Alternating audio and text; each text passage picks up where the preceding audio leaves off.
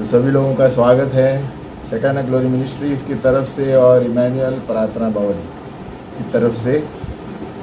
हम 30 मुद्दे पर थे जहां पर हम पूरे बाइबल यानी पवित्र शास्त्र पर परमेश्वर की जो योजना है उस पर हम गए बार पढ़ रहे थे। हम तीसरा मुद्दे पर थे और ये हमें बताना चाहते हैं कि ये पूरी योजना जो है बाइबल में, पूर्ण बाइबल में तीनों व्यक्तियों ने किया है, यानी पिता, पुत्र और पवित्र आत्मा। बोलो पिता, पुत्र और पवित्र आत्मा। और ये उत्पत्ति से लेके हम देखते हैं ये तीनों इसमें शामिल है ना। परमेश्वर की योजना 3 अलग अलग भागों में है और 3 लोगों के द्वारा ही की गई है ना। सबसे मुख्य है पिता परमेश्वर। बोलो पिता परमेश्वर।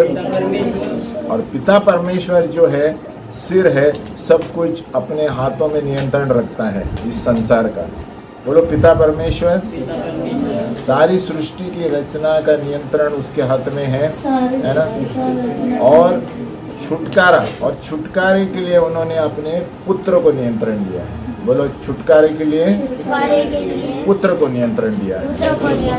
और पुत्र क्या करता है? सारी ये छुटकारे को यानी मानव जाति के छुटकारे के लिए जो योजना है पुत्र करता है ना। पिता परमेश्वर ने निर्माण किया और यीशु मसीह के जरिए छुटकारा दिया। हालेलुया। और ये तीसरा व्यक्ति है पवित्र आत्मा, जो पवित्र आत्मा ये सारी योजनाओं को कार्य में लाता है। आमीन, है ना। हम कह सकते हैं एक सूर्य जो है, सूर्य देखते हैं आप, जो सूर्य मुख्य सूर्य है पिता परमेश्वर कह सकते हैं। और जो किरणें आती हैं बाहर, तेजी है ना, तेज कौन है? यीशु मसीह है ना। और पसीना आता है पवित्र आत्मा। हालेलुया। यानी तीनों एक ही है। हमें तो पवित्र आत्मा के द्वारा हमें अंदर से उत्तेजना मिलती है, गर्मी आती है, ठंडी आती है, सब कुछ आता है। हालेलुया। पवित्र आत्मा आग है और ये तीनों मिलकर परमेश्वर ने योजना बनाई है पहले से। जैसे मैंने बताया एफिसियों 3:11 हमने पढ़ा था, हमें देखने की जरूरत नहीं। किया लिखा है वहां पर, उस सनातन मनसा के अनुसार जो उसने यीशु मसीह में पहले से ही की थी। देखो पहले से ही की थी। बोलो पहले से परमेश्वर की योजना थी। वो पिता परमेश्वर है। और हमने पढ़ा था 2 तिमोथी 2:15, उसमें क्या दिया है कि अपने आप को परमेश्वर का ग्रहण योग्य और ऐसा काम करने वाला ठहराने का प्रयत्न कर जो लज्जित होने न पाए। तो हम ऐसे शिक्षक होने जाए जिसके पास जवाब रहना चाहिए। हम किसी के पास उत्तर दे सकते, हम लज्जित न होने पाए। अरे मुझे कुछ नहीं पता बाइबल का, हम लज्जित न होने पाए तो बाइबल में क्या दिया, और जो सत्य के वचन को ठीक रीति से काम में लाए। तो हम सत्य के वचन को ये 30 मुद्दों में पूर्ण रूप से जानेंगे कि पिता परमेश्वर की योजना क्या है ना। उस पर हम तीसरे पर थे, है ना। सबसे पहला हमने देखा पिता परमेश्वर अनादिकाल से अनंत काल तक। हालेलुया। फिर दूसरा मुद्दा देखा, परमेश्वर ने योजना बनाई, संसार निर्माण की। तीसरा देखा हमने, परमेश्वर ने स्वर्गों का निर्माण किया, है ना। सूर्य, चांद, सितारे, ये सब पूरा हो गया ना हमारा। तीसरा आज हम देखेंगे चौथा मुद्दा है आत्मिक दुनिया का निर्माण परमेश्वर ने किया। बोलो स्पिरिट वर्ल्ड। बोलो आत्मिक दुनिया। हाँ, ये बात याद रखना है, धरती करने से पहले, धरती का निर्माण करने से पहले परमेश्वर ने आत्मिक दुनिया का निर्माण किया। बोलो आत्मिक दुनिया, आत्मिक प्राणी, है ना। ये हमें जानना चाहिए, है ना। तो जैसे जैसे हम मुद्दे पर, पॉइंट पर लिखेंगे तो हम जानेंगे कि परमेश्वर के पूर्ण बाइबल में किस तरह प्रभु वर्तमान में कार्य करने वाला है और आगे भी कार्य करने वाला है ना। तब हम फिर अंदर गहराई में जा सकते हैं। तो हम चौथे मुद्दे पर है कि परमेश्वर ने आत्मिक संसार, आत्मिक प्राणी संसार धरती के पहले। पहला वचन है अय्यूब का 38:4-7। अय्यूब 38:4-7। यानी धरती से पहले परमेश्वर ने क्या क्या किए थे। अब लिख सकते हैं, हम पढ़ते हैं अय्यूब 38:4-7। जब मैंने पृथ्वी की नेव डाली तब तू कहाँ था? यदि तू समझदार हो तो उत्तर दे। 5 उसकी नाप किसने ठहराई? क्या तू जानता है? उस पर किसने सूत खींचा? है ना, सूत को क्या बोलते हैं, नाप। उसकी नेम कौन सी वस्तु पर रखी गई, या किसने उसके कौन का पत्थर, कोने का पत्थर बिठाया। 7, जबकि बोर के तारे एक संग आनंद से गाते थे और परमेश्वर के सब पुत्र जय जयकार करते थे। हालेलुया। तो यहाँ पर क्या दिया है, प्रभु ने नेव डाली थी धरती से पहले ही परमेश्वर ने आत्मिक दुनिया बनाई थी। बोला आत्मिक दुनिया। अभी कुलुसियों 1:15 से 18 में भी दिया गया है। देखो कुलुसियों 1:15-18 लिखो, ये चौथा पॉइंट के लिए। कुलुसियों 1:15 से 18, वह तो अदृश्य परमेश्वर का प्रतिरूप और सारी सृष्टि के पहलौठा है। 16, क्योंकि उसी में सारी वस्तुओं की सृष्टि हुई, स्वर्ग की हो या पृथ्वी की, देखी या अनदेखी, क्या सिंहासन, क्या प्रभुताएं, क्या प्रधानताएं, क्या अधिकार, सारी वस्तुएं उसी के द्वारा और उसी के लिए सृजी गई। 17, और वही सब वस्तुओं में प्रथम है और सब वस्तुएं उसी में स्थिर रहती है। 18, और वही देह अर्थात कलीसिया का सिर है, वही आदि है और मरे हुओं में से जी उठने वालों का पहलौठा, सब बातों में वही प्रधान ठहरे। यानी यहाँ पर हम देखते हैं परमेश्वर ने आत्मिक दुनिया धरती से पहले की, लेकिन यहाँ दिया है सभी चीजें यीशु मसीह के लिए की है। हालेलुया। यानी पहले से ही यीशु मसीह की योजना परमेश्वर ने की है। हालेलुया। शारोन इकडे बस। तो सबसे पहले प्रभु ने हर एक चीज यीशु मसीह के लिए की है। यीशु मसीह के लिए सृजी गई, उसी के द्वारा और उसी के लिए की गई। आमीन। तो ये कोलोसियों 1:15 से 18 बहुत जरूरी है चौथे पॉइंट के लिए। और अय्यूब 38 में क्या लिखा है, देखो, जब मैं पृथ्वी की नींव डाली तब तू कहाँ था। अय्यूब को परमेश्वर बोल रहा है, यानी पृथ्वी की नींव डालने से पहले प्रभु ने सब कुछ ये किया है। 5वां, उसकी नाप किसने ठहराई, क्या तू जानता है, उसी पर किसने सूत खींचा। मराठी मध्ये काय 38:4, मी पृथ्वीचा पाया घातला तेव्हा तू कोठे होतास, तुला समजण्याची अक्कल असेल तर सांग, तिचे मापन सूत्र कोणी ठरवलं बरं, तिला मापन सूत्र कोणी लावलं हे तुला ठाऊक आहे काय, तिच्या स्तंभाचा पाया कशावर घातला, तिची कोनशिला कोणी बसवली, त्या समय प्रभा नक्षत्रांनी मिळून गायन केले व सर्व देवकुमारांनी जय जयकार केला। हालेलुया। मतलब ये आत्मिक दुनिया, स्पिरिट वर्ल्ड, धरती से पहले परमेश्वर ने नींव डालने से पहले सब कुछ परमेश्वर ने यीशु के लिए और सब कुछ पहले ही निर्माण किया है। हालेलुया। तो ये तीसरा चौथा मुद्दा है आत्मिक दुनिया। अभी हम जाएंगे 5वें मुद्दे पर। 5वां मुद्दा धरती का निर्माण करना।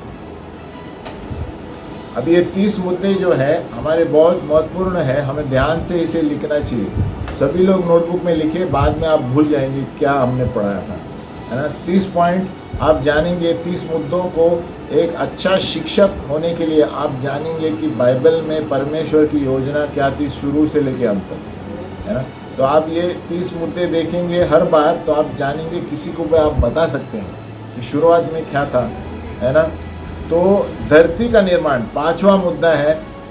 सबसे पहले धरती का निर्माण पूर्ण सिद्ध किया, पहली बार, बोलो पहली बार, है ना। पहली बार परमेश्वर ने पूर्ण धरती का निर्माण किया, एकदम परफेक्ट, बोलो परफेक्ट। उत्पत्ति का एक देखो, उत्पत्ति का एक क्या कहता है, आदि में परमेश्वर ने आकाश और पृथ्वी की सृष्टि की। हालेलुया, आमीन। लेकिन उत्पत्ति 1:1 और उत्पत्ति 1:2 में बहुत गड़बड़ है। कोई ध्यान से पढ़ेगा, हम पूछेंगे बाद में आप। आमीन। उत्पत्ति 1 में क्या किया लिखा, आपने पढ़ा, मराठी में क्या लिखा है, प्रारंभिक देवाने आकाश व पृथ्वी उत्पन्न केली। हाँ, परमेश्वर ने आकाश और पृथ्वी को बनाया। हालेलुया। यानी वो अच्छे तरह से सब कुछ बनाया, है ना। अभी अय्यूब 38 का 4 से 7 हमने पढ़ा, वही है, वापस पढ़ते हैं एक बार, क्या हमें याद के लिए अच्छा रहता है। जब मैंने पृथ्वी की नींव डाली, अय्यूब को कहता है तू कहाँ पर था, यदि तू समझदार हो तो उत्तर दे। 5, उसकी नाप किसने ठहराई, क्या तू जानता है, उस पर किसने सूत खींचा, उसकी नींव कौन सी वस्तु पर रखी गई है ना, उसके कोने का पत्थर किसने बैठाया। तो ये सब हमारे पास उत्तर है नहीं है ना, इतना बड़ा हमारा परमेश्वर है। हालेलुया। बोलते जब धरती हवा में लटक रहा है, किसने बनाया है ना, उसका सपोर्ट क्या है। अभी हम देखते हैं, बोलते हैं नींव किसने डाली, आप बता सकते हैं, उसका बॉर्डर किधर है, आप बता सकते हैं, है ना। जैसे हम यहाँ पर बता सकते हैं कि ये घर का दीवार बॉर्डर है, इसके बाहर दूसरा कोई रहता है। आप धरती को बता सकते हैं, धरती का अंत किधर है, कौन बनाया ये सब। हालेलुया। तो हमारा परमेश्वर देखो, आप सोच भी नहीं सकते ऐसे चीज़ें निर्माण करने वाला परमेश्वर है। तो इसलिए अय्यूब को परमेश्वर पूछता है आप कहाँ थे, आप जवाब दो। तो अय्यूब चुप बैठता है, बोलता है मैं पश्चाताप करता हूँ, है ना, मेरा मुंह बंद है। क्यों, कोई जवाब नहीं दे सकता। परमेश्वर ने ये सारी चीज़ें बताई है ना। यशाया 45 का 18 दो।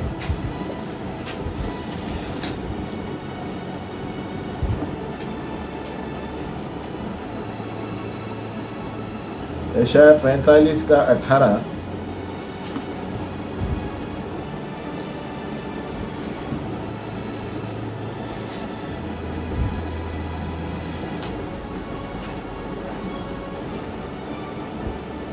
कोई पढ़ सकता है, मराठी में पढ़िए। आकाशाचा उत्पन्न करता तोच देव, पृथ्वीचा घडवणारा करता तोच, त्याने तिची स्थापना केली, त्याने ती निर्जन राहावी म्हणून उत्पन्न केली नाही, तर तिच्यावर लोकवस्ती व्हावी म्हणून घडवली।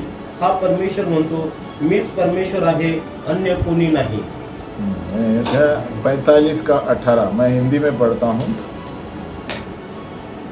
देखो ये हमें समझना बहुत ज़रूरी है सारी चीज़ें, तभी हमें जानेंगे। यशाया 45 का 18।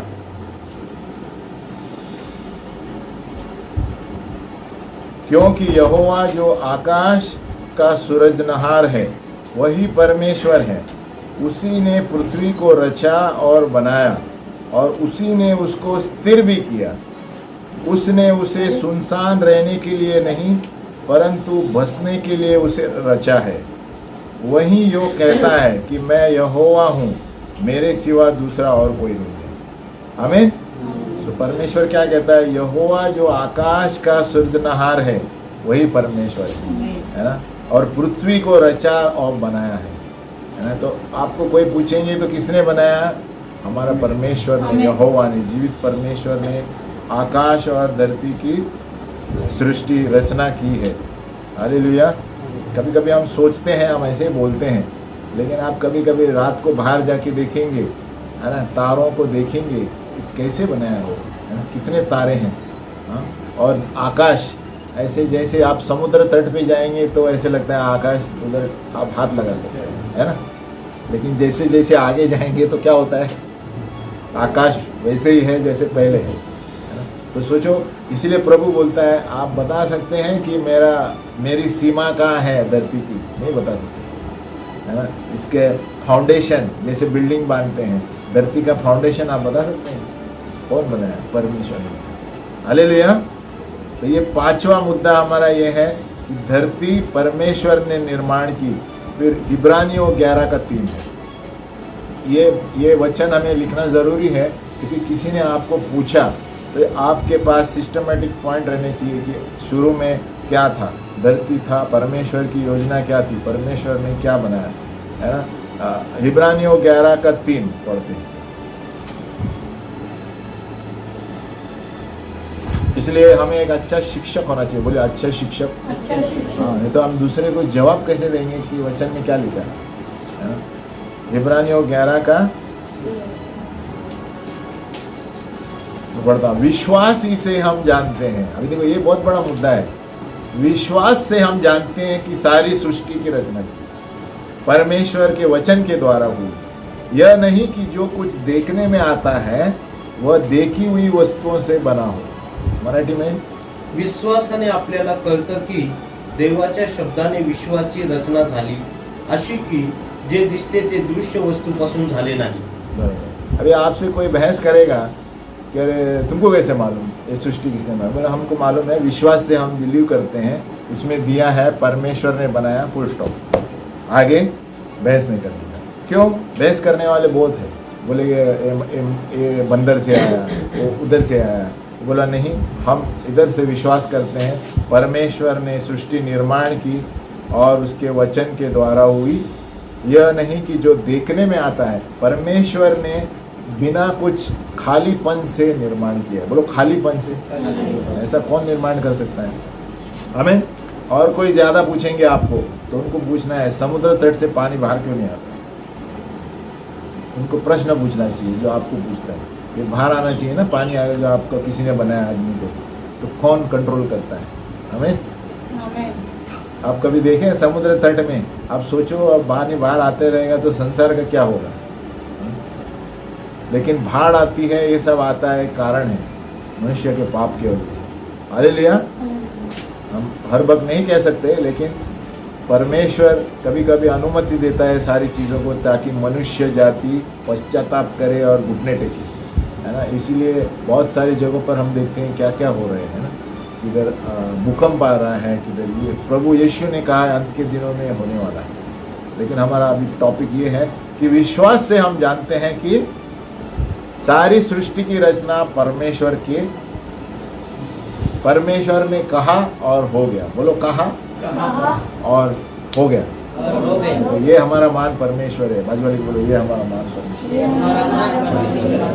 सोचो कहा हो गया, है ना. उसने कहा निर्माण हो गया. तो इसीलिए हम वो बार बार बोलते हैं वचन घोषित करो, क्योंकि हम भी कहेंगे तो हो जाएगा. हालेलुया. हम भी क्या कहेंगे? अपना शब्द नहीं, परमेश्वर का. ये वचन हम जितनी बार बोलेंगे आपके लिए भी हो जाएगा, क्योंकि ये वही वचन है जो परमेश्वर ने धरती के लिए बनाया. हालेलुया. वचन वही है, लेकिन आदमी है हम अलग दिमाग से सोचते हैं. इसके लिए हमारे जीवन में नहीं होता. क्यों? क्योंकि हम हमारे शब्दों से बोलते हैं, हम वचन के शब्दों से बोलते हैं. बोलो वचन का शब्द. अब जब बोलेंगे तो मेरे लिए भी हो जाएगा. तो फर्क यही है कि मानव जाति अपना बोल वचन ज़्यादा करती है. हमें अपना बोल वचन नहीं चाहिए, परमेश्वर का वचन चाहिए. हालेलुया. हमारे बोल वचन से कुछ नहीं होता. परमेश्वर का वचन से आदमी बदलता है. तीर की तरह सामने वाला पश्चाताप करेगा जो वचन से बात करेंगे, है ना. वचन से बात करेंगे तो बड़ा बड़ा घमंड वाला आदमी भी गिर जाता है. हालेलुया. तो पौलुस एक बड़ा घमंडी था, लेकिन वचन से परमेश्वर ने बात की तो गिर गया, है ना. घोड़े से भी गिर गया और घमंड से गिर गया, है ना. तभी से नम्र हुआ. तो परमेश्वर का वचन विश्वास ही से हम जानते हैं. तो ये परमेश्वर ने पांचवा मुद्दा सृष्टि के निर्माण की, है ना, पूर्ण रूप से पहली बार पूर्ण सिद्ध बनाया. बोलो पहली बार पूर्ण सिद्ध बनाया. हमने क्या पढ़ा? आदि में परमेश्वर ने आकाश और सृष्टि की निर्माण की, यानी परमेश्वर ने किया है. और परमेश्वर कोई भी चीज फालतू नहीं बनाता है. फालतू बनाएगा आशीष? परमेश्वर सब चीज एकदम फर्स्ट क्लास बनाता है. बोलो फर्स्ट क्लास, जो देखने लायक है. इसलिए बार बार हम वचन में लिखा है और उसने देखा कि वो अच्छा था, है ना.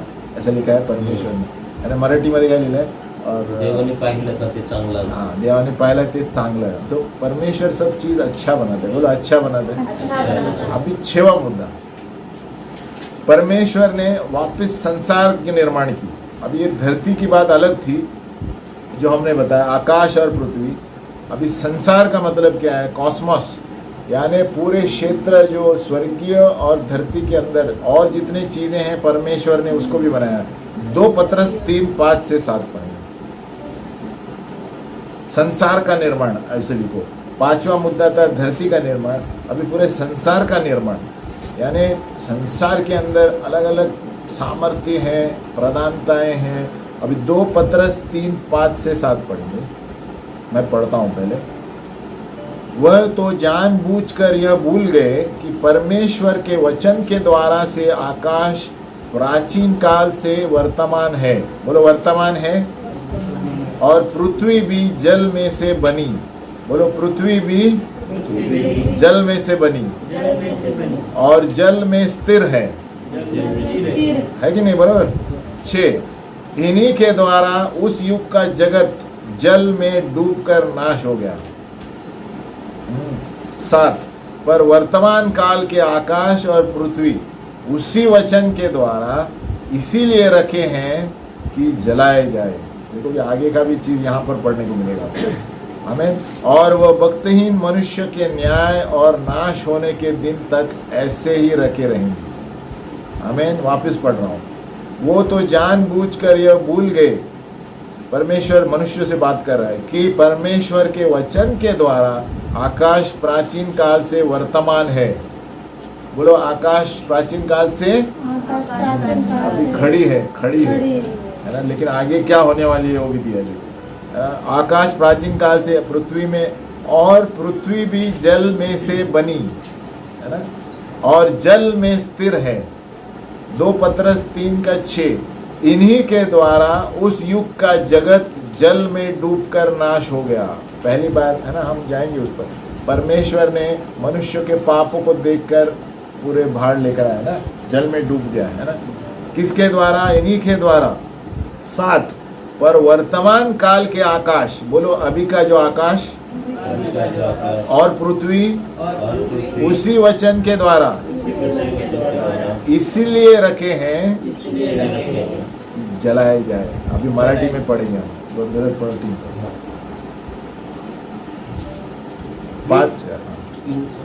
5 से 8। कारण ते हे की बुद्धी परस्पर विसरतात की पूर्वी देवाच्या शब्दाने आकाश आणि पाण्यातून पाण्याच्या योगे घडलेली अशी पृथ्वी ही झाली। त्याच्या योगे तेव्हाच्या जगाचा पाण्याने बुडून नाश झाला, पण आताचे आकाश व पृथ्वी ही त्याच्या शब्दाने अग्नीसाठी राखलेली आहेत, म्हणजे न्याय निवाड्याच्या व भक्तिहीन लोकांच्या नाशाचा दिवस येईपर्यंत राखून ठेवलेली आहे। अभी है, देखो भविष्य का भी आंसर इधर है। अभी पृथ्वी क्या होने वाला है आगे के दिन में? अग्नि से नाश होगा। बराबर है ना? अभी मैं बोल रहा हूँ, एक वचन बोल रहा है। हालेलुया। तो ये हमें सब वचन लिख के रखने चाहिए, आगे क्या होने वाला है, पीछे क्या होने वाला है। तो यहाँ परमेश्वर ने संसार का निर्माण पे हम चल रहे हैं ना। फिर यशायाह 14:12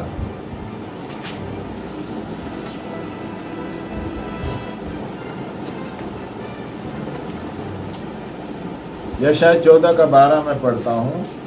हे भोर के चमकने वाले तारे, तू क्यों कर आकाश से गिर पड़ा है? तू जो जाति जाति को हरा देता था, तू अब कैसे काट कर भूमि पर गिराया गया है। यशायाह 14:12 है ना, 14:12 बताया ना मैंने। तो यहाँ 13-14 भी पढ़ता हूँ। तू मन में कहता तो था कि मैं स्वर्ग पर चढ़ूंगा, मैं अपने सिंहासन को ईश्वर के तारांगण से अधिक ऊंचा करूंगा, और उत्तर दिशा की छोर पर सभा के पर्वत पर विराजूंगा। मैं मेघों से भी ऊंचे ऊंचे स्थानों के ऊपर चढ़ूंगा, मैं परम प्रधान के तुल्य हो जाऊंगा। अभी ये किसके बारे में है? ये शैतान है। ये लूसीफर जब इनको बनाया गया था प्रधान दूत है ना, परमेश्वर ने इसको भी बनाया है। तो ये परमेश्वर ने इसको भी बनाया था, किसको? लूसीफर को। हालेलुया। फिर यशायाह 45:18 हमने पढ़ा था शायद अभी। यशायाह वो भी लिखो इसमें, तो हमें यशायाह 45:18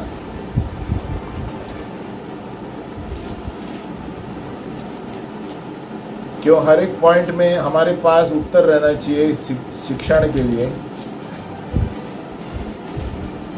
यशायाह 45 का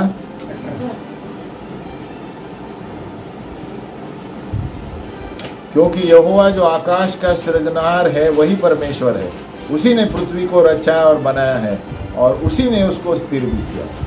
हालेलुया।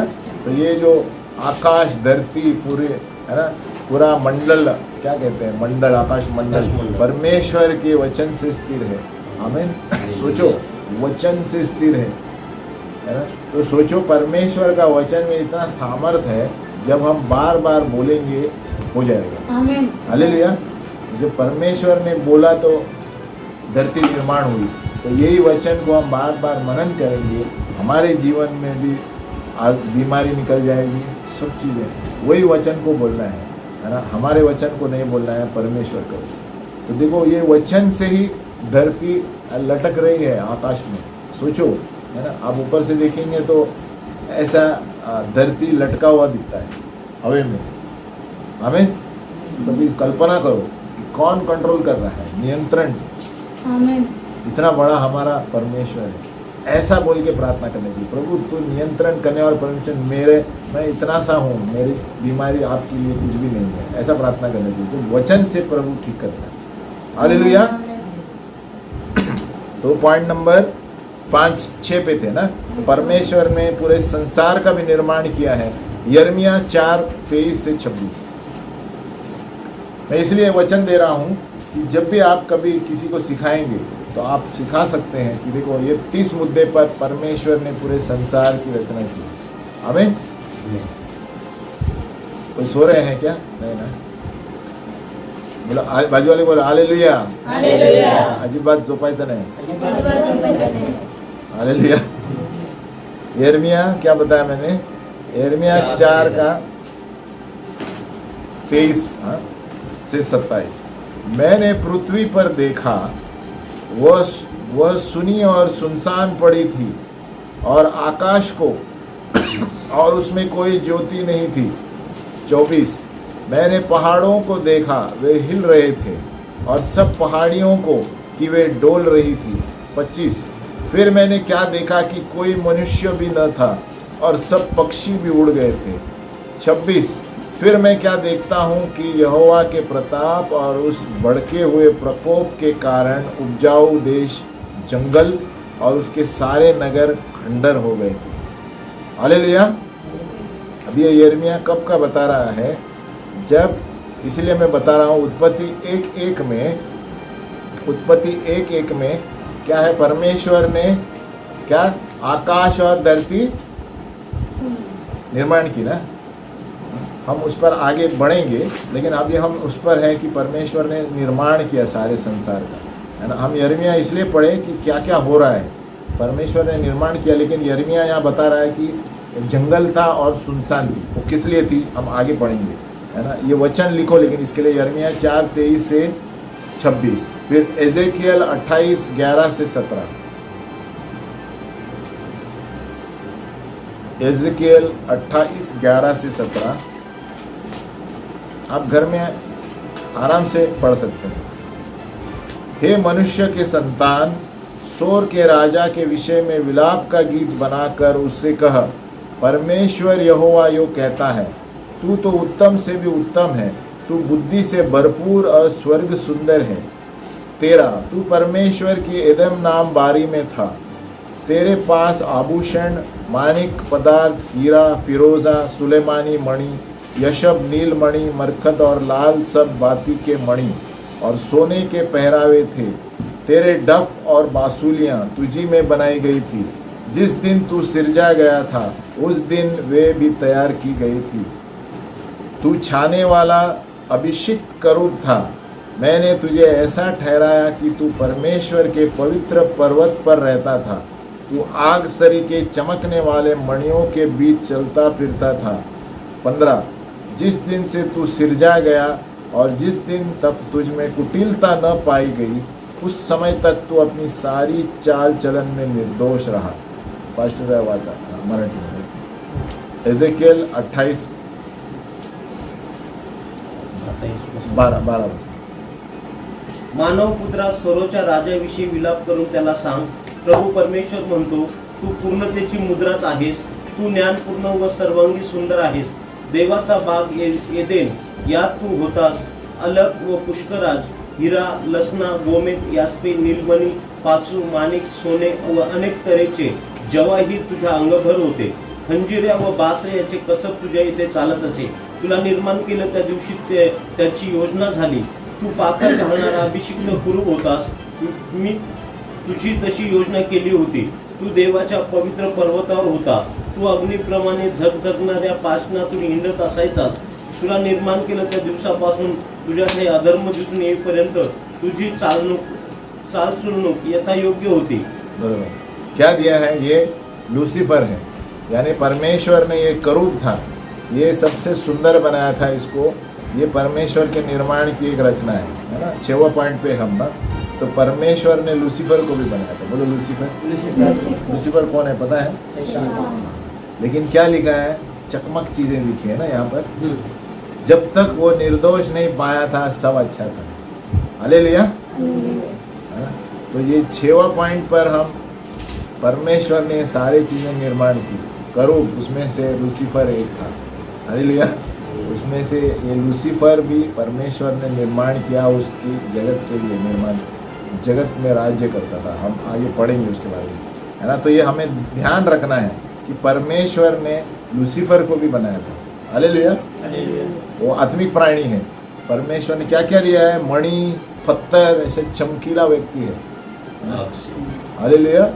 आग से, और वो सबसे श्रेष्ठ जगह दिया था उसको, है ना। ये हमें जानना है, जवानों को भी जानना है, खास करके जवान लोग। आज जो लूसीफर कार्य करता है जवान लोगों को ऐसे उल्लू बनाता है। हालेलुया। क्यों? वो चकमक वाला था और वो परमेश्वर के घर से बना हुआ है, तो स्वर्गीय स्थान में था। आमीन। तो वो धरती पर सब कुछ जानता है, कौन जवान क्या करता है, कौन क्या खाता है, कौन क्या पीता है, और उसको बराबर मालूम है किसको कैसे उल्लू बनाना है। हालेलुया। तो इसलिए यहीं तक हम बता रहे हैं। 6वां पॉइंट था परमेश्वर ने संसार बनाया, उसमें ये भी था। आमीन। आत्मिक प्राणी में ये भी था। स्वर्गदूत भी है ना। उसमें स्वर्गदूत का एक विषय अलग है। स्वर्गदूत भी परमेश्वर ने बनाए। हालेलुया। स्वर्गदूत भी धरती से पहले बने थे। बोलो धरती से पहले। परमेश्वर ने आकाश की चीजें पहली बनाई। हालेलुया।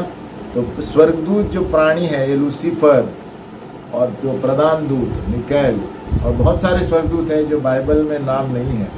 आप इनॉक का पुस्तक पढ़ेंगे तो आपको, इनॉक का पुस्तक बाइबल में है नहीं, लेकिन आप ज्ञान के लिए पढ़ना चाहिए। उसमें जितने सारे स्वर्गदूत सब बनाए हुए लिखे गए। हालेलुया।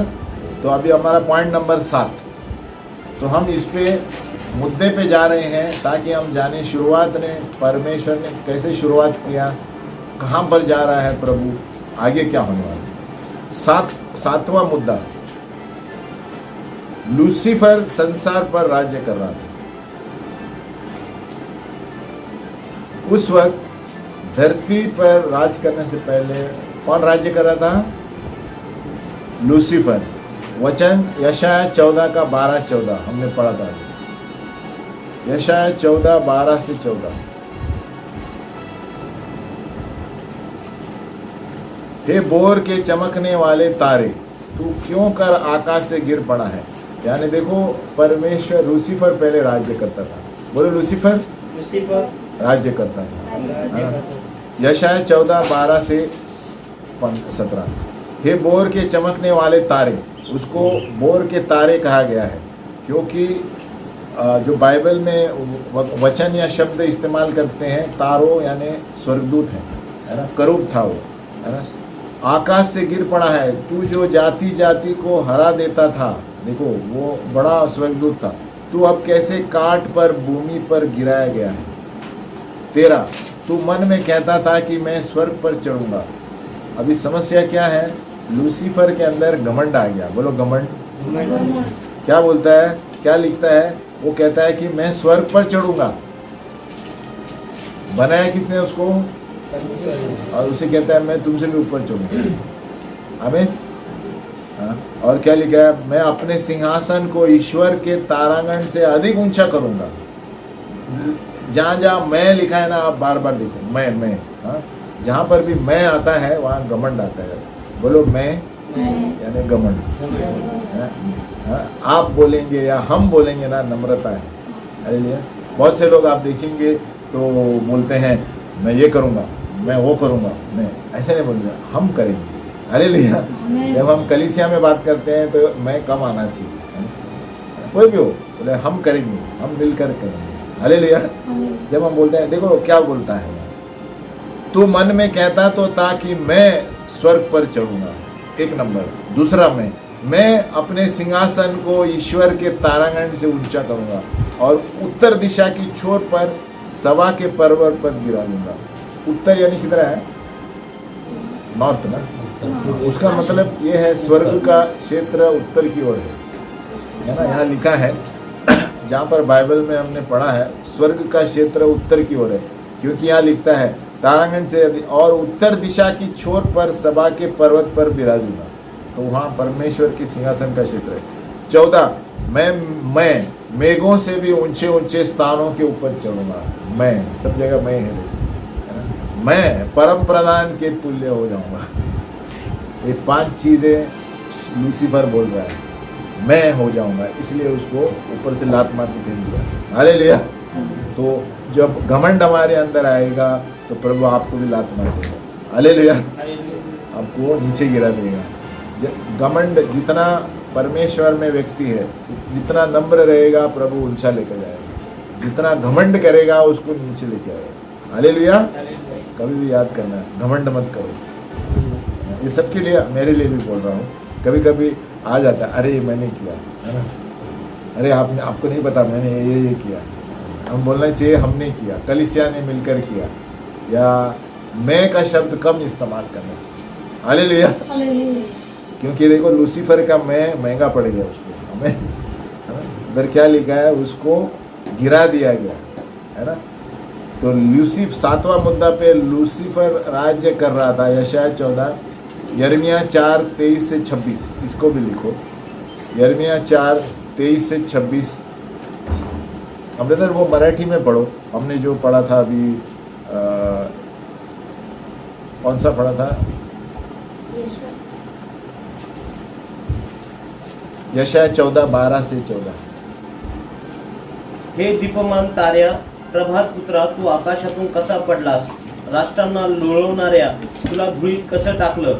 जो तू आपल्या मनात म्हणत होता, मी आकाशात चढल, देवाच्या तारांगावरून माझं सिंहासन उंच करील, उत्तर भागातील देवासभेच्या पर्वतावर मी विराजमान होईल, मी मेघावर आरोहण करील, मी परात्परा समान होईल. त्या तुला अधोलोकाच्या गर्दीत अधोभागात टाकले आहे. जे तुला पाहतील ते तुला निर्गुण मनात म्हणतील की ज्याने पृथ्वी थरथर कापवली व राज्य डळमळली तोच हा पुरुष. हालेलुया. क्या बोलते हैं? सर्व मी करणार, मी नाही पाहिजे. मराठीमध्ये क्या आएगा?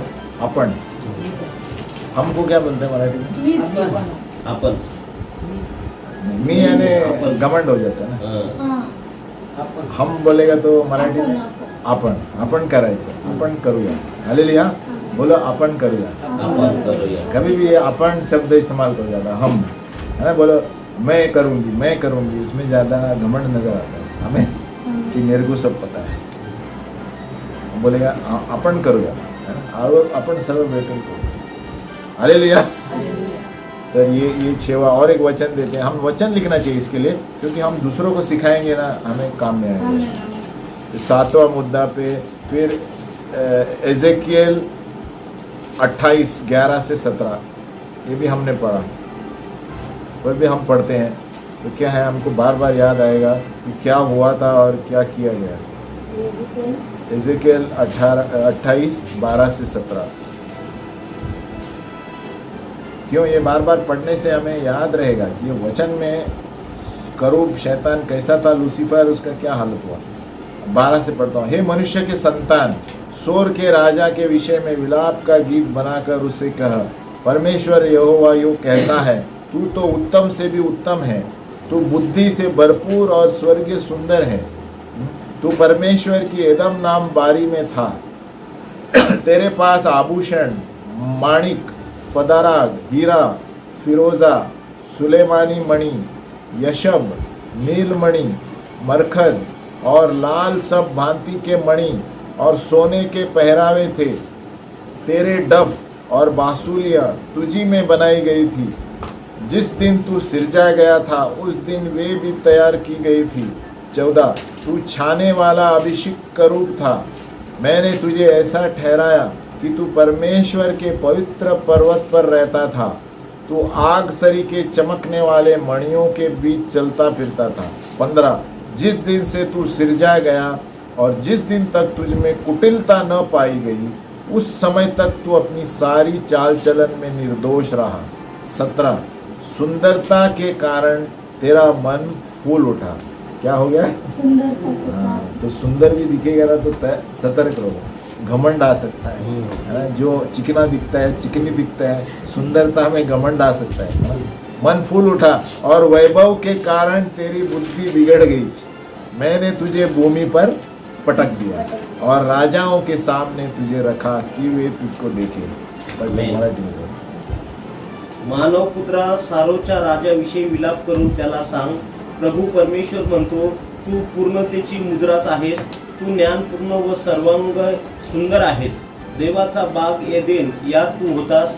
आलाप, पुष्कराज, हिरा, लसना, गोमेद, योस्पे, नीलमणी, पाचूक, माणिक व सोने असे अनेक तऱ्हेचे जवाहीर तुझ्या अंगभर होते. खंजिऱ्या व बासरे याचे कसब तुझे येथे चालत असे. तुला निर्माण केलं त्या दिवशी त्यांची योजना झाली. तू पाकर घालणारा अभिषिक्त करूब होतास. मी तुझी तशी योजना केली होती. तू देवाच्या पवित्र पर्वतावर होता. तू अग्निप्रमाणे झगझगणाऱ्या पाषाणातून हिंडत असायचास.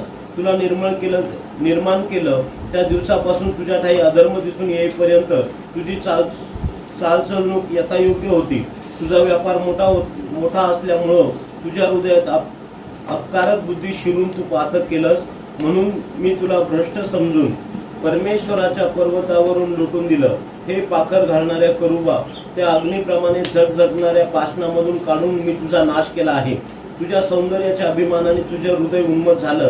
तुझ्या वैभवाने तुझी बुद्धी भ्रष्ट झाली.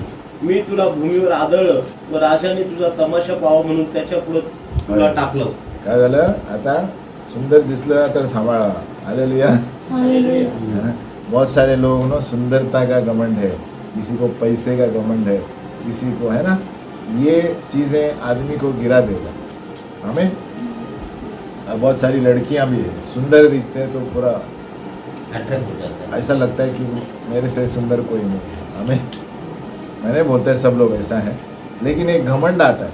मेरे पास पैसा है तो घमंड, अंदर से घमंड, अंदर से बर्ताव. परमेश्वर हमारे हृदयों को बरोबर जानता है. हालेलुया.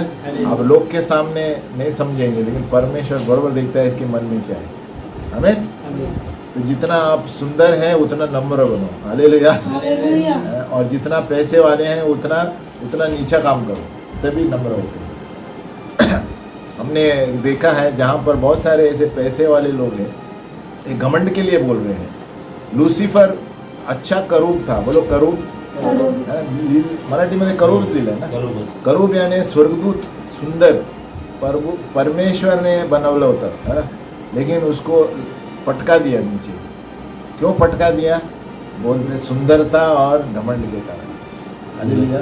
सुंदरता से वो फूल उठा, है ना, परमेश्वर ने उसको पटक दिया. इधर दिया, मराठी में क्या दिया? पटक दिया है ना, पाडून टाकला. म्हणजे वरून खाली फेकले त्याला, म्हणून तो खाली आता, म्हणून तो लोकांना उल्लू बनवतो.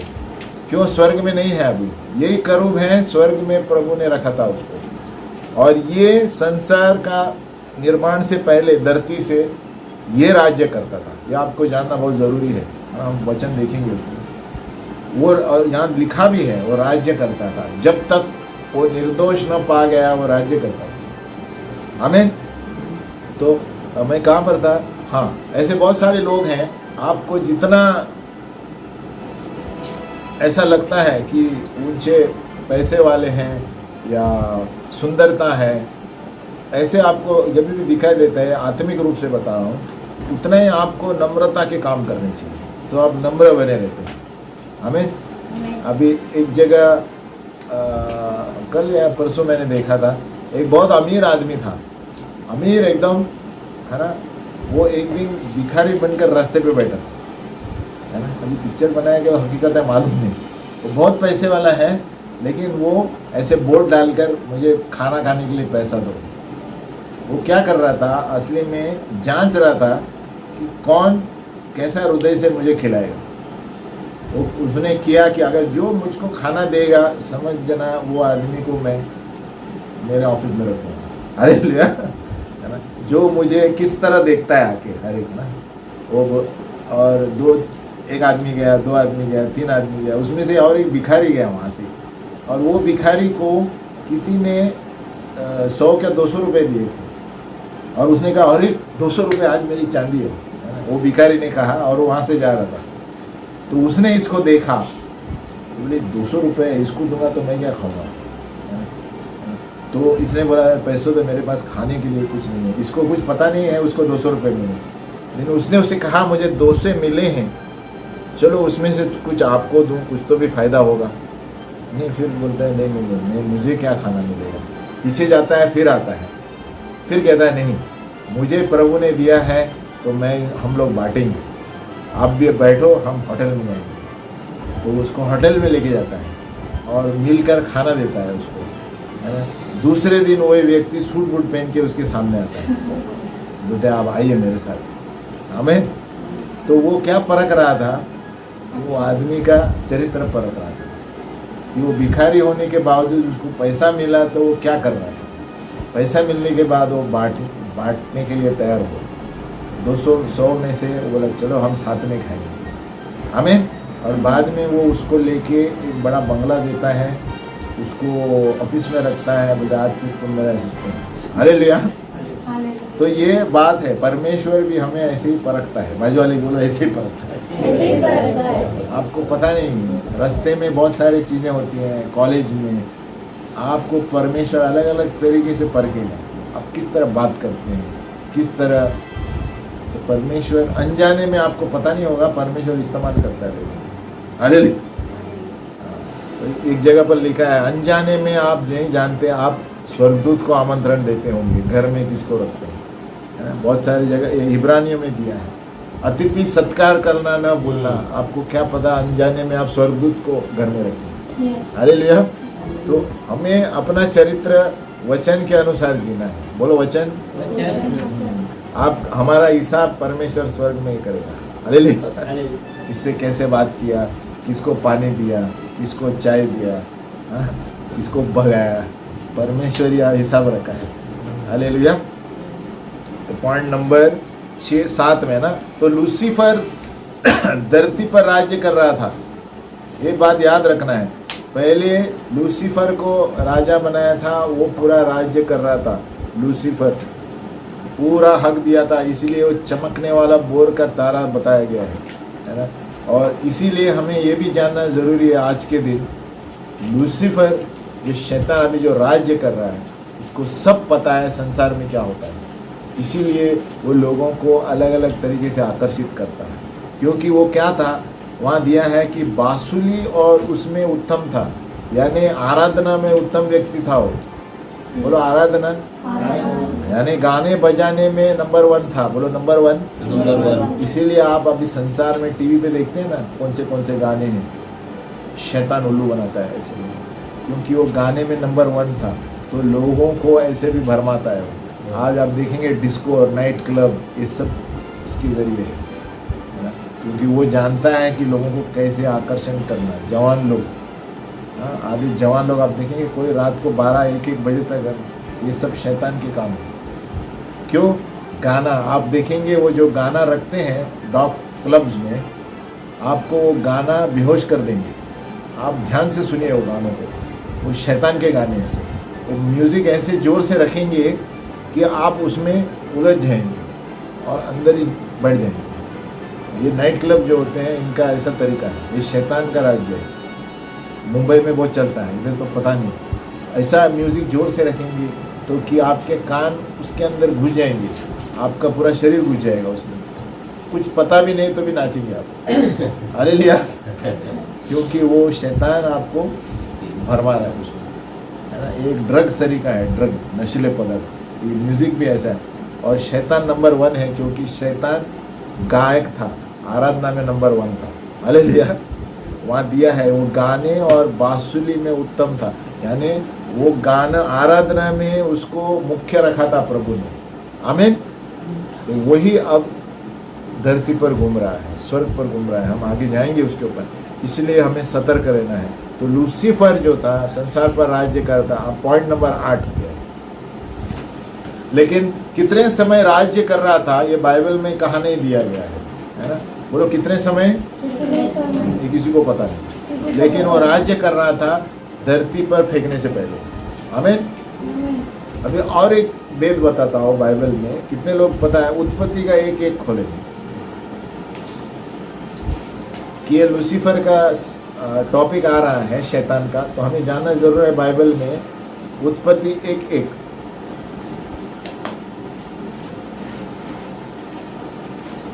कि इसके बीच में क्या है।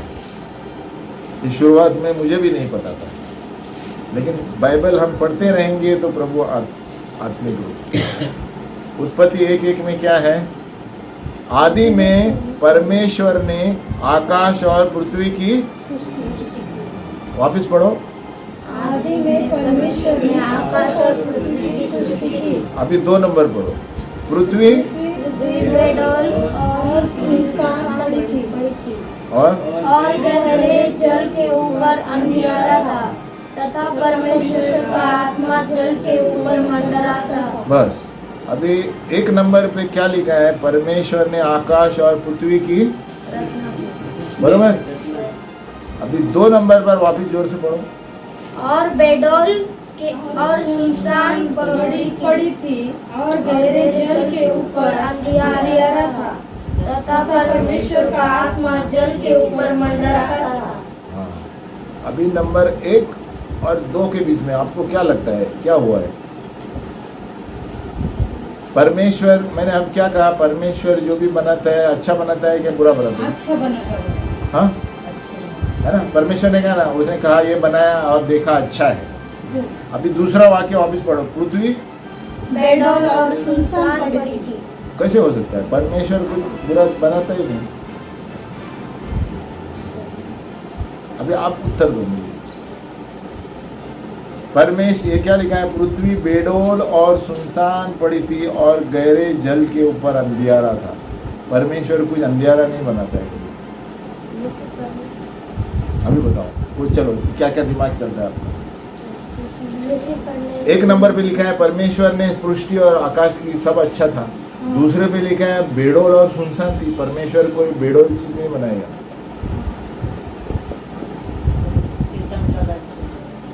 अभी बताओ। हाँ, शैतान को जो उधर से नहीं। तो अभी पृथ्वी बेडौल और सुनसान कैसे हो सकती है जब परमेश्वर कुछ फालतू चीज नहीं बनाएगा अंधेरे वाला? तो क्या कारण है? कारण क्या है बोलो। चलो वो जो भी मन में आता है बोलो। संजीव,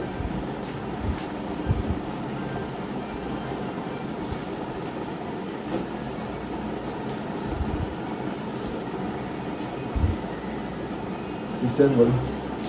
कारण पृथ्वीवरती राहिला बनवलेली होती. कोणी नव्हतं, पण लुसिफर होता ना, राज्य करत होता. हा? स्वर्गदूत होते, सर्व होते.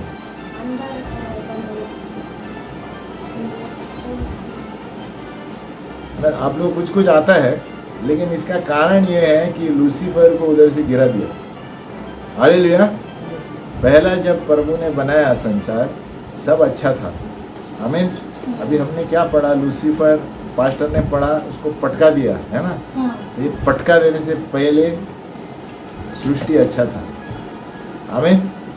जैसे उसको पटका दिया, परमेश्वर ने सब कुछ निकाल दिया पृथ्वी से. यह आपको जानना बहुत जरूरी है. हालेलुया. इसलिए क्या लिखा है, पृथ्वी बेडोल और सुनसान. क्यों? लूसीफर को लात मार के नीचे बनाया और सब संसार को प्रभु ने वापस क्या लिखा है, जल और परमेश्वर का आत्मा जल के ऊपर और फिर पूरा पानी ही पानी था. यानी उसका मतलब है लूसीफर को गिराने के बाद पूरा भाड़ से खत्म किया प्रभु ने पहली बार. अभी आप इसको ध्यान से मनन करो घर में जाके. हालेलुया. ये बहुत सब लोग एक दो फटाफट हम पढ़ते हैं, है ना, क्योंकि परमेश्वर कोई भी चीज़ बेडोल सुनसान और अंधियारा नहीं बनाएगा, है ना. लेकिन जब हम देखते हैं, लूसीफर का टॉपिक था इसलिए मैंने ये छेड़ा. लूसीफर का आप एजेकियल में पढ़ो और जो भी मैंने वचन दिए हैं वो पढ़ो, आपको ध्यान में आएगा कि ये 1 और 2 के बीच में लूसीफर को परमेश्वर ने नीचे फेंक दिया. हालेलुया. क्योंकि आदि में 6 पॉइंट तक हमने बताया कि परमेश्वर ने निर्माण किया, स्वर्ग, प्राणी, स्वर्गदूत सब निर्माण किए थे. बोलो निर्माण. लेकिन जब लूसीफर का मन फूल उठा, बोलो लूसीफर का मन फूल उठा, उसने भाड़, परमेश्वर ने पूरे धरती पर भाड़ लाया उस वक्त धरती पर से पहले, और तभी पृथ्वी बेडौल और सुनसान हो गई और गहरे जल के ऊपर अंधियारा था। हालेलुया। अभी आप बोलेंगे फिर अदाम और हवा कभी आ गया? इसके बाद आ गया। आमीन। क्योंकि परमेश्वर ने पहली बार सारे धरती के सारी चीज़ों को भाड़ से ख़त्म कर दिया। आमीन। अब आराम से घर में जब है पढ़ो, पृथ्वी बेडौल इसके लिए, क्योंकि परमेश्वर ने आदि लूसीफर प्राणी सबको बनाकर लूसीफर को राज्य करने के लिए, है ना। अभी हमने पढ़ा ना, लूसीफर राज्य कर रहा था, सुंदरता के कारण उसको तो नीचे गिराया। मतलब कहाँ पर है? अभी लूसीफर शैतान जो है स्वर्ग में नहीं है, वो धरती और दूसरे स्वर्ग के बीच में है। आमीन। तो पटक दिया, यानी वो धरती पर राज्य कर रहा है और धरती के ऊपर राज्य कर रहा है, लेकिन स्वर्ग में नहीं है ना। 3 स्वर्ग है, याद रखो। हालेलुया। 3 स्वर्ग यानी एकदम ऊपर का तीसरा स्वर्ग जहाँ परमेश्वर वास करता है, वहाँ से उसको लात मार दिया। आमीन। दूसरा जो है सूर्य चांद, ये दूसरा स्वर्ग है, और तीसरा हमारा धरती का आकाश जो दिख रहा है। तो ये 2 के बीच में शैतान राज्य कर रहा है। हालेलुया। ये हमें जानना चाहिए। और पृथ्वी बेडौल इसलिए थी क्योंकि पहली बार परमेश्वर ने भाड़ ला के धरती को खत्म किया। आमीन। जो अभी यहाँ पर दिया है, फिर परमेश्वर ने सूर्य बनाया, ये दूसरा पुनर्स्थापन। हालेलुया। ये जब ध्यान से पढ़ेंगे तो ही पता चले। और फिर परमेश्वर ने रचना की, लिखा है ना, 24 घंटे में सूर्य प्रकाश हो, ये दूसरा पुनर्स्थापन है। बोलो दूसरा पुनर्स्थापन है धरती। आप सोचो इसके बारे में, आराम से पढ़ो,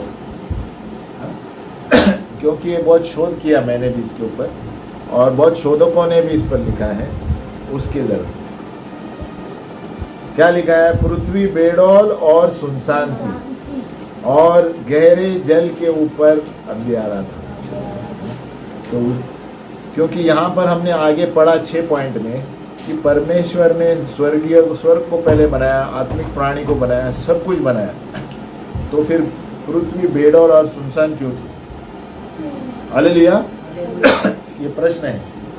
इसलिए थी क्योंकि लूसीफर राज्य करता था, और जब उसको फेंकने के बाद प्रभु ने उसको जल वापस सारे जल से भर दिया।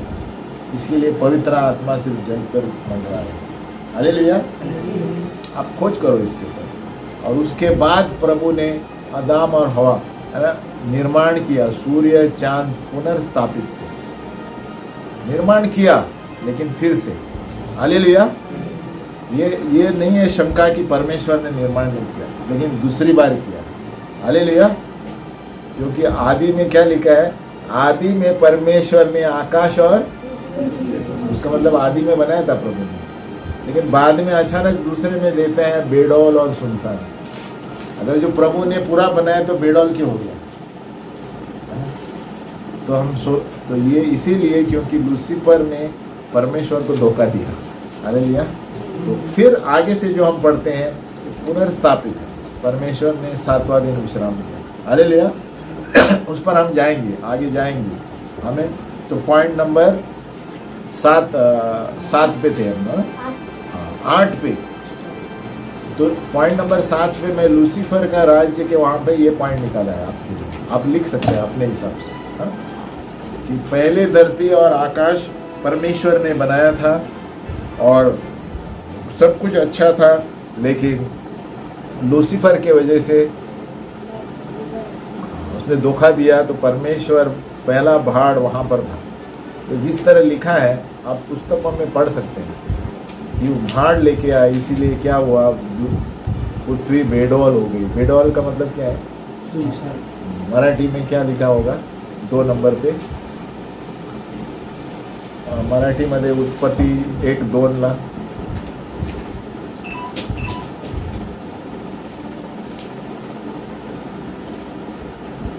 आणि पृथ्वी आकार विरहित व शून्य होती. बरं तो विचार करायला पाहिजे की पहिला आणि फर्स्ट मध्ये काय दिलाय. प्रारंभी देवाने आकाश व पृथ्वी ही उत्पन्न केली. उत्पन्न केली तर मग हे कशी झाली. हालेलुया. तर हे आम्हाला माहित असायला पाहिजे की दूसरी बार लूसीफर की वजह से परमेश्वर ने पूरा भाड़ से वो धरती को खलास किया था. इसके लिए सुनसान और बेडौल हुआ. और फिर आगे हम पढ़ेंगे. हम यहाँ पर रुकेंगे, है ना. तो इसीलिए यहाँ पर बेडौल थी. हमें अभी पॉइंट नंबर 8वां अभी समझ में आया ना. तो आप घर में 1 से 6 पढ़ते रहेंगे ना, आपको पता चलेगा परमेश्वर ने सब कुछ निर्माण किया. लेकिन जब लूसीफर ने समस्या खड़ी की, उसने पूरे भाड़ से धरती को ख़त्म कर दिया और इसके लिए पूरे धरती पर जल था, अंधियारा था. फिर आगे हम देखेंगे क्या होगा. ये 8वां मुद्दा है. परमेश्वर ने दूसरे सिंहासन और चीज़ें भी बनाई हैं और सामर्थ की चीज़ें पूरे संसार में. कोलोसियों 1:15 से 18. कोलोसियों 1:15 से 18. देखो ये सारे 1 से लेके 6, 9, 10 पॉइंट तक ना आपको पता चलेगा धरती के पहले क्या हो रहा है ना.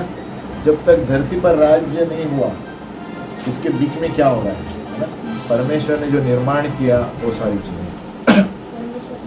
कुलुसियों 1:15 से 18 में पढ़ रहा हूँ, आप घर में पढ़ सकते हैं. कुलुसियों 6. परमेश्वर ने और सिंहासन और प्रधानताएं पैदा की, संसार में निर्माण की. प्रधानताएं, सिंहासन और सामर्थ्यों को पैदा किया धरती पर. कुलुसियों 1:15 से 18. देखो मैं पढ़ता हूँ. वह तो अदृश्य परमेश्वर का प्रतिरूप और सारी सृष्टि में पहलौठा है. 16. क्योंकि उसी में सारी वस्तुओं की सृष्टि हुई. बोलो सारी वस्तुओं की. आगे लिखा है स्वर्ग की हो अथवा पृथ्वी की, देखी हो या अनदेखी चीजें. देखो यहाँ दिया है क्या सिंहासन, क्या प्रभुताएं, क्या प्रधानताएं, क्या अधिकार, सारी वस्तुएं उसी के द्वारा और उसी के लिए सृजी गई है ना. तो परमेश्वर ने ये जो आपको धरती दिखता है, स्वर्ग दिखता है, इसके अलावा और भी चीज़ें हैं आकाश में, है ना. प्रधानताएं हैं यानी जहाँ स्वर्गदूत राज्य करते हैं. एक एक जगह दी गई है और एक एक शहरों के ऊपर, एक एक साम्राज्यों के ऊपर स्वर्गदूत राज्य करते हैं. अभी जैसे उदाहरण धरती पर भी हैं. अभी धरती इज़राइल देश पर मिकाएल स्वर्गदूत राज्य करता है. मिकाएल जो स्वर्गदूत हैं इज़राइल देश के ऊपर रखा गया है. लेकिन ये शैतान भी राज्य कर रहा है और शैतान के भी स्वर्गदूत हैं. यह आपको मालूम होना बहुत ज़रूरी है. शैतान के कैसे हैं. अभी समझो नासिक ये शहर है. अभी शहर में गढ़ क्या क्या है आपने देखे,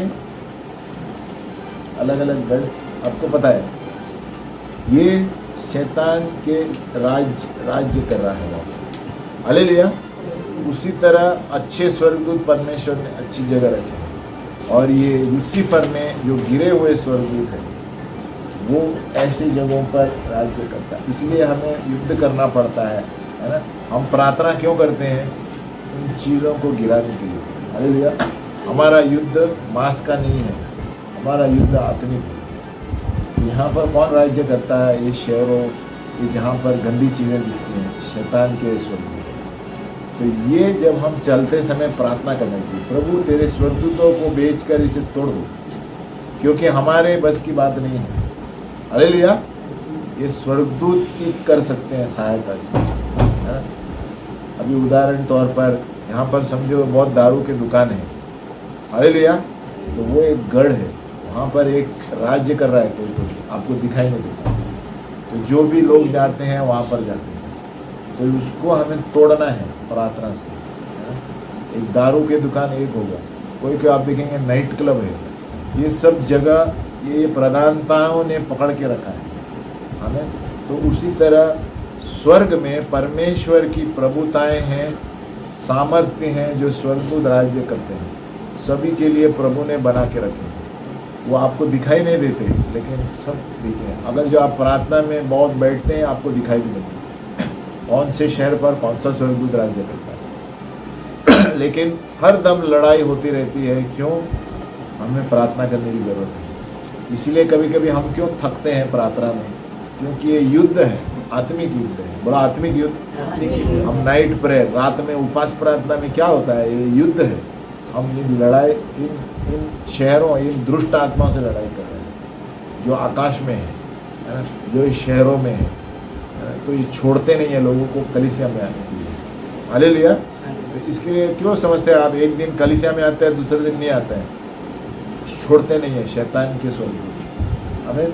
इसलिए जितना हम प्रार्थना करेंगे उतना हम मजबूत रहेंगे। हालेलुया। तो ये पॉइंट नंबर 8 था कि परमेश्वर ने और सामर्थ्य और प्रभुताएं निर्माण की हैं, है ना, इस संसार के ऊपर। फिर एफिसियों 1:21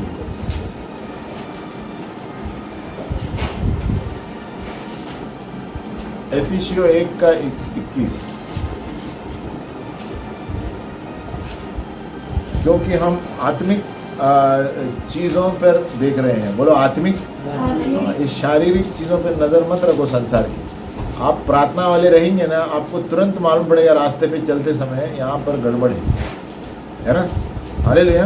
आप कभी भी रास्ते पे चलेंगे, आपको देखेंगे तो आपको कुछ अच्छा ही लगेगा, ये गंदा लगता है। ये आत्मिक रूप से आपको पता चलता है। दुष्ट आत्मा है वहाँ पर, मैंने उधर गढ़ बना के रखा है। ये है प्रधानता है। एफिसियों 1:21 सब प्रकार की प्रधानता और अधिकार और सामर्थ और प्रभुता के और हर एक नाम के ऊपर जो न केवल इस लोक में पर आने वाले लोक में भी लिया जाएगा, बैठाया। किसको बैठाया? यीशु मसीह। तो यीशु मसीह इन सारे प्रधानताओं के ऊपर है। आमीन। इसलिए यीशु के नाम से जब हम प्रार्थना करते हैं ये सारी चीज़ें हट जाती हैं। आमीन। तो कभी कभी हम रात को हमारे उधर जाते हैं, रात को प्रार्थना के लिए निकलते हैं, क्योंकि रात को सारी चीज़ें बाहर आती है, प्रधानताएं शैतान की। रात को 2-2 करके रास्ते पे अन्य भाषा में प्रार्थना करते हैं। क्यों? ये जो सारी चीज़ें हैं ना, दारू की दुकान, ये सब गढ़ है शैतान की, इनको तोड़ना है यीशु के नाम। हालेलुया। हमारे अकेले से नहीं होता है, हमको स्वर्गदूतों की ज़रूरत है। प्रभु, हम जाते समय प्रभु स्वर्गदूत भेज और इस अड्डे को तोड़ दे, इस परिवार को तेरे राज्य में लेके, ऐसे वो प्रार्थना के निकल जाए। परमेश्वर कार्य करेगा, हमारा विश्वास होना चाहिए। क्योंकि ये क्या दिया है? हर एक नाम के ऊपर यीशु को बैठा दिया है। हर एक प्रधानता, हर एक अधिकार, हर एक सामर्थ उसको, यीशु मसीह को हर एक चीज़ के ऊपर बैठा है। इसलिए हम स्वर्गीय स्थानों में हैं। बोलो स्वर्गीय स्थानों में। अपने आप को कभी मत सोचो हम नीचे बैठे हैं। जो यीशु मसीह को उद्धार करता स्वीकारते हैं, हमारी जगह ऊपर है यीशु के साथ। हालेलुया। तो हमें किससे डरना नहीं है, ये समझ कर चलना चाहिए कि हम ऊपर से अटैक कर रहे हैं। हमें हम प्रार्थना करते समय ऐसे प्रार्थना करनी चाहिए, मेरे स्वर्गदूत मेरे बाजू में यीशु है, हम ऊपर से अटैक कर रहे हैं। किधर भी रास्ते पे जब प्रार्थना करें, किसी के ऊपर भी मन में, तो ऐसा करना है, प्रभु हम ऊपर से तेरे स्वर्गदूतों को मांग रहे हैं, ऊपर से तेरे तीरों को मांग रहे हैं, तेरी आग को नीचे भेज दे। हालेलुया। तो हमारे अंदर वो सामर्थ है। बोलो हमारे अंदर है।